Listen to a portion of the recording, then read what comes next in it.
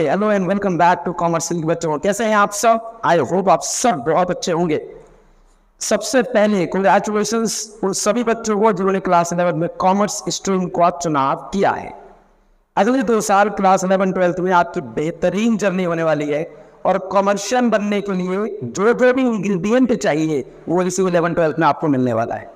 और मैं ये भी बता दूं आपको कि आपके साथ अगले 2 साल की जर्नी में कॉमर्स लीग मतलब आपके भैया, मेंटर, गाइड, मित्र, जो मर्जी बोल लो, आपको 2 साल आपके साथ रहकर आपकी तैयारी कराएंगे, आपकी मेमोरी को शार्प करेंगे और हम दोनों मिलकर आपकी इस 2 साल की जर्नी को बेहतर से बेहतरीन बनाएंगे। सो दैट उसके बाद जब भी कोई इन सब्जेक्ट से, इन टॉपिक्स से रिलेटेड आपके कुछ अगर काम आएगा, चाहे करियर में काम आए, चाहे नॉलेज के तौर पे काम आए, डेफिनेटली आप बहुत अच्छा करने वाले हो। तो आज की क्लास अकाउंट्स की है। इकोनॉमिक्स की ऑलरेडी 2 चैप्टर की वीडियो ऑलरेडी अपलोड कर दी है। जिन्होंने ना देखी हो, डिस्क्रिप्शन बॉक्स में लिंक मैंने दे दिया है, जाइए चेकआउट कीजिए, उसे भी पढ़ लीजिए, मस्त काम हो जाएगा। आज की क्लास शुरू करते हैं बिना किसी को कहती के। Let's start. अकाउंटिंग क्या चीज है? देखो पहले आप तो बेसिक चीज समझो। एक जमाने में हुआ करते थे मुनीम जी, याद है? कभी सुना है? मूवी वगैरह में सुना होगा। एकदम पुराने मूवीज में मुनीम जी हुआ करते थे और हुआ करते थे अरे सेठ जी, है ना, सेठ जी, जमींदार वगैरह, ये लोग जिनके पास पैसा बहुत होता था, तो ये लोग कई तरह के कार्य करते थे। जैसे सेल करते थे, जमीन बेचते थे, या परचेज करते थे, या वेजेस, या जिसको हम लोग मजदूरी कहते हैं, है ना, दिहाड़ी, क्या बोलते हैं उसको, दिहाड़ी। तो चाहे सेल हो, चाहे परचेस हो, चाहे वेजेस हो, या चलो अगर परमानेंटली दे रहे हैं तो सैलरी। मैंने कुछ चीज़ें लिख दी। तो सेठ जी ये अपने जब बिजनेस करते थे, धंधा करते थे, तो ये चारों की चारों गतिविधि उसमें शामिल होती थी। तो ये चारों गतिविधि को ये हमारे मुनीम जी रिकॉर्ड करते थे। आपको याद होगा, ऐसी एक किताब हुआ करती थी, कुछ याद है कि नहीं याद है? भैया याद है। देखो ऐसी किताब समझ लो तो पतंग से बन गई। एक मिनट, समझ गए? हाँ, ऐसे कुछ किताब टाइप समझ लो कुछ। अब इस किताब में यहाँ पे रिकॉर्ड करते थे मुनीम जी, 1 मुनीम जी, 2 मुनीम जी, 3 मुनीम जी जो भी ट्रांजैक्शन होती थी, जो भी यहाँ पे पैसों का लेन देन होता था, मुनीम जी अपनी लाल किताब में, कौन सी किताब? लाल किताब। और अभी भी आप अगर परचून की दुकान पे चले जाओगे ना, तो आपको अक्सर वो देखने को मिल जाएगी, लंबी सी होती है, नैरो, है ना, उसमें वो अपनी रिकॉर्डिंग कर रहे होते हैं। पर जो रिकॉर्डिंग करते हैं, पता मैंने, जो रिकॉर्डिंग कर रहे होते हैं, मुनीम जी क्या करते थे कि थोड़ा बहुत जो भारी रहते हैं उसको रिकॉर्ड कर लिया। उसके बाद जो भी छोटे मोटी जो गतिविधि होती थी, छोटे मोटे जो ट्रांजेक्शन, उन्हें रिकॉर्ड नहीं करते थे, वो नहीं याद रहता, क्योंकि ज़्यादा इनके पास आनी है तो है नहीं कि लाख लोगों को बेच रहे हैं, लिमिटेड बायर, लिमिटेड सेलर, तो उसको याद रखना थोड़ा आसान हो जाता था, मेमोराइज करके रखते थे। लेकिन 20th सेंचुरी मतलब पिछले साल भी नहीं, मैं कहूँगा कि 1941 की मैं बात कर रहा हूँ। बस 1941 में जरूरत पड़ी कि एक पर्टिकुलर सिस्टम बनाया जाए, और उस सिस्टम को बनाने का काम किया इन लोगों ने। 1941 में इन लोगों ने अकाउंट्स की डेफिनेशन दी प्रॉपर। उन्होंने बोला ऐसे नहीं चलेगा भाई। देखो एक जमाने में ये चीजें चल सकती थी जहां पर थोड़ा बहुत रिकॉर्ड किया, थोड़ा बहुत किया, थोड़ा बहुत नहीं किया, और इतनी ज्यादा कोई उसकी इंपॉर्टेंस भी नहीं थी कि रिकॉर्ड नहीं भी किया तो कोई बहुत बड़ी आफत नहीं आती थी। आज के समय में अगर हम देखें, बहुत सारे धंधे हैं, बहुत सारे बिजनेस हैं, और उसमें बहुत सारे पैसे का लेन देन बहुत ज्यादा होता है। अब इतने सारे लेन देन अगर हो रहे हैं तो सबको दिमाग में रख पाना मेरा मुश्किल से काम है। तो इसके लिए प्रॉपर सिस्टम होना चाहिए, एक प्रोसेस होना चाहिए जिसके अंदर हम सारी चीजों को रिकॉर्ड करें, सारी चीजों को हम लिख कर चलें सिंक्रनाइज और क्रोनोलॉजिकल ऑर्डर में, सो दैट आगे जाके हमको काम आ जाए, है ना। तो अमेरिकन ऑफ इंस्टीट्यूट या American institute of certified public accountant, जैसे हमारे यहाँ सीए होते हैं, वहां पे सीपीए होते हैं। 1941 में उन्होंने एक प्रॉपर डेफिनेशन दी कि अकाउंटिंग है क्या चीज। इनकी डेफिनेशन के अनुसार कुछ ये था, it is an art, accounting क्या है? एक आर्ट है ऑफ क्या? स्टैंड्स आई, उसके बाद एम, उसके बाद आर, एन अगेन क्या लिखा? तो इस IMRC को क्या बोला? IMRC तो अगर हम प्रॉपरली अगर एक एक करके समझ लें तो आपको पूरी गेम समझ में आ जाएगी, आई होप। देखो, जो एकदम नए हैं, एकदम नए बच्चे मेरे 11th में आए हैं, कॉमर्स में आए हैं, उनको पता है ना चाहिए वैसा। आई का मतलब होता है आइडेंटिफाई करना, आइडेंटिफाई करना। एम का मतलब होता है मेजर करना। और जब ये सारा काम हम कर रहे होते हैं तो यही प्रोसेस है, यही आर्ट है क्या करने का, अकाउंटिंग करने का। आर स्टैंड्स फॉर, आर का मतलब क्या होगा, रिकॉर्डिंग। और last but not the least C का मतलब क्या होगा, कम्युनिकेट, कम्युनिकेट। अब जरा और समझो जरा प्यार से, ये चारों चीजें करें किसकी जाती है भाई। हाँ समझ गए भाई कि अकाउंटिंग का मतलब एक कला है, इट इज एन आर्ट। किस चीज की कला है भाई, आइडेंटिफाई करना है, मेजर करना है, रिकॉर्डिंग करना है, यू नो क्लासिफाई करना है, फिर समराइज करना है, और फाइनली उसको कम्युनिकेट कर देना है उन यूजर्स को जिनको इनकी सबसे ज्यादा जरूरत है। किनकी, अकाउंट्स की, अकाउंटिंग की, स्टेटमेंट्स की, रिपोर्ट्स की, चार्ट्स की, अलग अलग फॉर्म में जरूरत पड़ती है और अलग अलग फॉर्म में लोग देखते भी हैं, है ना। आइडेंटिफाइंग है वो चारों चीजें जो की जाती हैं, चारों, देखो मैं चारों को मैं लगा रहा हूं, ये चारों चीजें करी किसकी जाती हैं, दो वर्ड आएगा, एक इवेंट्स का और एक ट्रांजैक्शन का। फिर से, इवेंट और ट्रांजैक्शन। इवेंट का मतलब क्या होता है, इवेंट का मतलब होता है, जैसे एग्जांपल देते हैं आपको, ये लो, जैसे मान लो लिखा है परचेज ऑफ मशीनरी, क्या लिखा है, परचेज ऑफ मशीनरी, या फिर परचेज ऑफ मशीनरी करने के बाद जब मशीनरी परचेज की जाएगी तो उसको इंस्टॉल भी किया जाएगा। हाँ ना बोलो, हाँ ना बोलो, बोल दिया, सही है। तो जो मशीनरी परचेज की वो इवेंट है। इवेंट क्यों है, और उस इवेंट में कौन इंक्लूडेड है, ट्रांजैक्शन, मतलब सीधा मनी का लेन देन इन्वॉल्व है। हाँ या ना बोलो, मनी का लेन देन इन्वॉल्व है। और ये जो लेन देन आपने सुना ना, कहीं बहुत मार्केट में सुनते हो, इसको ट्रांजैक्शन कहते हैं। तो जो चीजों में मनी इन्वॉल्व हो रही है उस इवेंट को हम बिजनेस इवेंट कहते हैं। और उसी इवेंट को पहले पहचाना जाता है कि ये जो इवेंट है, क्या यह बिजनेस इवेंट है, क्या इसमें ट्रांजैक्शन इन्वॉल्व है। अगर इन्वॉल्व है तो उसको आइडेंटिफाई कर लिया जाता है और अगले स्टेप पे भेजा जाता है। अगले स्टेज का मतलब मेजर करना। तो ये परचेज ऑफ मशीनरी की होगी, तो मान लो कि ली है 10 लाख की, कितनी, 10 लाख। तो अगर 10 लाख रुपए की मशीन ली है तो क्या वैल्यू इसकी सर्टेन है या फिर ये ऊपर ऊपर चल रहा है। आप बोलोगे नहीं भैया 10 लाख रुपए की है तो एकदम निश्चित हुआ, सर्टेन हुआ, मतलब एग्जैक्ट हुआ, मतलब इसको मेजर किया जा सकता है। और इसलिए जब ये 10 लाख रुपए समझ में आएंगे, बस मेजर करने के बाद अगला काम क्या आएगा, रिकॉर्ड करने का। क्या आएगा, रिकॉर्ड करने का। जब मशीन खरीदी गई होगी तो 10 लाख रुपए लगे होंगे। इंस्टॉल करने के लिए मशीन दुकान से फैक्ट्री के लोकेशन तक पहुंचा होगा, तो इसमें ट्रांसपोर्टेशन भी इन्वॉल्व होगा, जिसको ट्रक ट्रुक में लेकर आएंगे।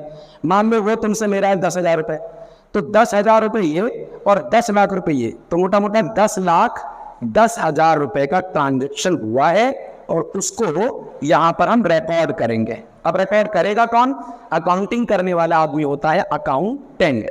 तो जो जमाने में मुनीम जी किया करते थे वही काम अब अकाउंटेंट करते हैं, या यूँ कह सकते हैं अकाउंटेंट के भी पापा, जिनका नाम है चार्टेड अकाउंटेंट।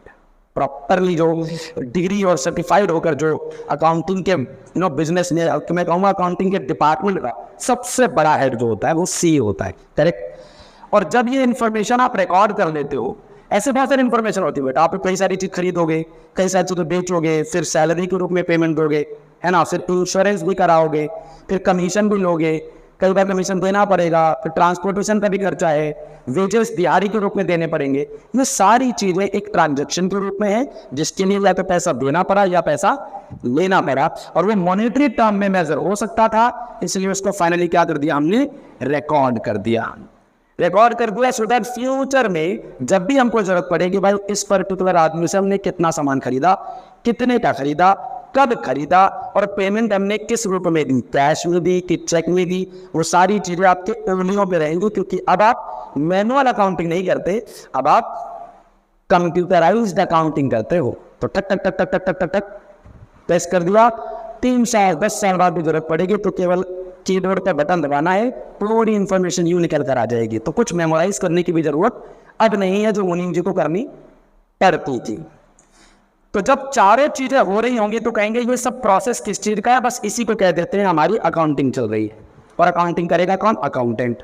यहां तक एकदम क्लियर है। अंत में देखो, अच्छा वो क्लियर है क्या? मैं फिर भी पूछ लूं, इवेंट और ट्रांजैक्शन के बीच का डिफरेंस क्लियर हुआ? इवेंट का मतलब purchase of machinery, sale of machinery, insurance का जो हमने बाय किया या कमीशन दिया। अब वो किसमें दिया?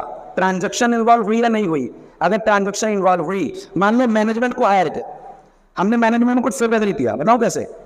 मान लो कि कोई बंदा है राजू जो है हमारे राजू जेंटलमैन, और वो डिपार्टमेंट ए में थे, उनको डिपार्टमेंट बी में शिफ्ट कर दिया, तो क्या यहाँ पे ट्रांजैक्शन इन्वॉल्व हुई है?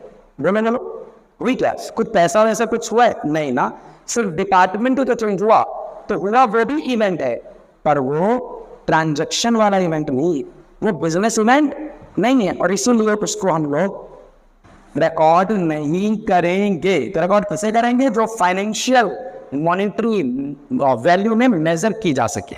बोलो हाँ बिल्कुल सर। अंततः आपने पढ़ना है कम्युनिकेट। ये सारी इंफॉर्मेशन को आप क्या कह सकते हो? इसी इंफॉर्मेशन को हम कहते हैं फाइनेंशियल इंफॉर्मेशन। क्या कहते हैं? Financial information. अब फाइनेंशियल इंफॉर्मेशन को हम जब रिकॉर्ड करेंगे तो भाई किसी चीज के लिए तो रिकॉर्ड करेंगे, उसके कई सारे ऑब्जेक्टिव्स है, आपको अगले पढ़ाया जाएगा नेक्स्ट वीडियो में। लेकिन अभी हम लोग बात कर लेते हैं ब्रॉडली कि जो इंफॉर्मेशन, या मैं यूं कहूं, क्या कहें हम लोग, कम्युनिकेट। जो भी फाइनेंशियल इंफॉर्मेशन आपने सारी रिकॉर्ड की होंगी वो या तो रिपोर्ट्स के रूप में, या फाइनेंशियल स्टेटमेंट के रूप में, या चार्ट्स के रूप में, या फिर टेबल के रूप में, या बैलेंस शीट के रूप में। ये क्या होता है भैया? बेटा किसी भी कंपनी की जब अकाउंटिंग होती है ना, तो अकाउंटिंग के माध्यम से ही पता चलता है कि कंपनी की औकात कितनी है, मतलब फाइनेंशियल पोजीशन क्या है, संपत्ति कितनी है, कर्जे कितने हैं, वो सारी चीज़ों का जो ब्यौरा है वो बैलेंस शीट में मिल जाता है। ठीक, तो डिफरेंट तरीकों से कम्युनिकेट किया जाता है फाइनेंशियल इंफॉर्मेशन अकाउंटेंट के द्वारा। किनको? जिनको किया जाता है वो दो लोग होते हैं। कौन? क्या? दो लोग होते हैं, एक इंटरनल लोग होते हैं, एक एक्सटर्नल लोग होते हैं। क्योंकि इस पूरी अकाउंटिंग का यूज करने वाले लोग हैं, मतलब उसी के आधार पर डिसीजन मेकिंग करने वाले हैं डिफरेंट लोग, इसलिए उन्हें यूजर कहा जाता है। तो एक हुआ इंटरनल यूजर और एक हुआ एक्सटर्नल यूजर। तो पहले आप समझो इंटरनल यूजर क्या है। देखो, इंटरनल यूजर में वो सभी आते हैं जो ऑर्गेनाइजेशन के अंदर होते हैं, और एक्सटर्नल में जो ऑर्गेनाइजेशन के बाहर होते हैं। तो पहले इंटरनल बताओ। देखो, मैनेजमेंट की अगर मैं बात करूं तो मैनेजमेंट को भी तो अकाउंटिंग इंफॉर्मेशन की जरूरत पड़ती है, नहीं तो उन्हें कैसे पता चलेगा कि भाई हम लोग अगला साल का प्रॉफिट कितना सेट करें, कितना टारगेट हम लोग अचीव कर पाए, कितना टारगेट और हम सेट करने वाले हैं। ये सारी इंफॉर्मेशन वो जब तक नहीं मिलेगी तब तक कंस्ट्रक्टिव डिसीजन कैसे ले पाएंगे, कंक्लूजन पे कैसे पहुंच पाएंगे कि इस साल का हमारा काम कैसा हुआ, इस साल हमने क्या गड़बड़ियां की हैं, या कौन से इवेंट को हमको और सुधारना है, या कौन से ट्रांजैक्शन हमारे यहाँ फॉल्स हो गए, मतलब जो भी हमसे उधार में सामान लिया, पैसे नहीं दे रहे, डूब गया, टाटा बाय बाय। तो ऐसी गलतियों से अगर बचना है तो आपको डिसीजन को बार बार उसको रिव्यू करना पड़ता है। रिव्यू करने के लिए इंफॉर्मेशन होना जरूरी है। मैनेजमेंट के बाद आते हैं हमारे मालिक। मालिक मतलब ऑनर। अब ऑनर में बेटा मैनेजिंग डायरेक्टर हो सकते हैं जो मैनेजमेंट का हिस्सा है, या फिर मैं यूं कह लूं कि शेयर होल्डर्स होते हैं। कौन होते हैं?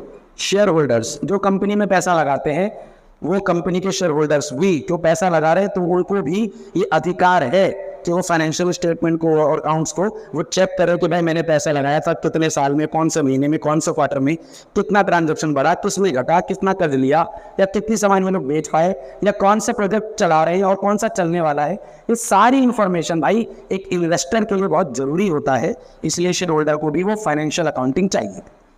तीसरा अगेन एम्प्लॉयमेंट। या मैं एम्प्लॉय कहता हूँ, चलो एम्प्लॉय को क्यों चाहिए भाई, एम्प्लॉय को तो सबसे ज़्यादा चाहिए, एम्प्लॉय को इसलिए चाहिए कि वो देख पहले एक बार कि भाई वो मतलब एक कमरे में घुसा, उसमें सारी अकाउंटिंग पड़ी हुई है, उसमें घुसा हुआ, उसने देखा यार 2023-24 का, 2022-23 का, 2022-23 का प्रॉफिट है 1 लाख, 2023-24 का है 1.5 लाख, मतलब इनका तो पैसा बढ़ रहा है, तो एक काम करते हैं ना, हमारी सैलरी क्यों नहीं बढ़ रही, तो उनकी सैलरी तो तब बढ़ रही थी जब कंपनी परफॉर्म अच्छा करेगी। और ये पता कैसे चलेगा तो परफॉर्म अच्छा कर रहे हैं कि नहीं, वो पता चलेगा प्रॉफिट से। प्रॉफिट लगेगा कहाँ, दिखेगा कहाँ, फाइनेंशियल अकाउंट्स में, अकाउंटिंग में दिखेगा। तो अकाउंटिंग की चीज़ों पे वो भी तो एक्सेस करना चाहते हैं ना, तो ये इंटरनल यूज़र हुआ जिनको वो सारी इंफॉर्मेशन कम्युनिकेट की जाएगी। और एक्सटर्नल में अगर हम बात करें तो सबसे पहला होता है बैंक्स। कौन है, बैंक्स। भाई अगर आपके कोई धंधा है, उस धंधे को लोन लेना है, धंधा चलाना मतलब उधार में चलता है धंधा, लोन लेना है तो बैंक से अच्छा तो कोई नहीं है। बैंक वाले तो आप फुटपाथ में दुकान खोल कर बैठे हैं, ऑब्वियसली नहीं बैठे हैं। उनको क्या चाहिए, उनको चाहिए कोई ऐसा प्रूफ, कोई ऐसा एविडेंस जिस एविडेंस के बेसिस पे वो ट्रस्ट करके आपको लोन दे पाए। वो एविडेंस क्या है, वही है अकाउंट्स, वही है अकाउंट्स जो अकाउंटिंग प्रोसेस से तैयार की गई है, करेक्ट। तो वो किनको चाहिए, बैंक्स को। दूसरा, जो लोग आपको उधार में सामान सप्लाई करते हैं, डिस्ट्रीब्यूटर कह लूँ या सप्लायर कह लूँ, उन्हें भी आपका ये सारा तामझाम चाहिए। साथ ही साथ ताकि उनके पैसे डूब ना जाए, किसी ऐसे कंपनी को तो उधार नहीं बोल रहे जिनकी कंपनी को वैसे ही क्या बोल सकते हो उसको, उनकी हालत पहले से खराब चल रही है, हालत या तो और कोई सब रहा था, पर क्रेडिटर और सप्लायर समझ में आ गया है ना। तीसरा क्या हो सकता है, तीसरा हो सकता है मान लो बैंक्स हो गया पहला, क्रेडिटर हो गए, सप्लायर हो गए, या मान लो इनकम टैक्स डिपार्टमेंट है। कौन, इनकम टैक्स डिपार्टमेंट, या मैं कह लूं चलो गवर्नमेंट। तो बेटा गवर्नमेंट को क्यों चाहिए, ताकि पता चले कि भाई कौन सी कंपनी कौन से सेक्टर में है, कैसे परफॉर्म कर रही है, कहाँ परफॉर्म नहीं कर रही है, जरूरत पड़ रही है तो हमको कैसे हम असिस्टेंस करेंगे बजट के माध्यम से। इनकम टैक्स, भाई कमा कितना रहे हैं, हमें टैक्स वैक्स कम मिलेगा, कितना मिलेगा, तो उनके भी भैया उनको भी ये फाइनेंशियल स्टेटमेंट चाहिए होता है।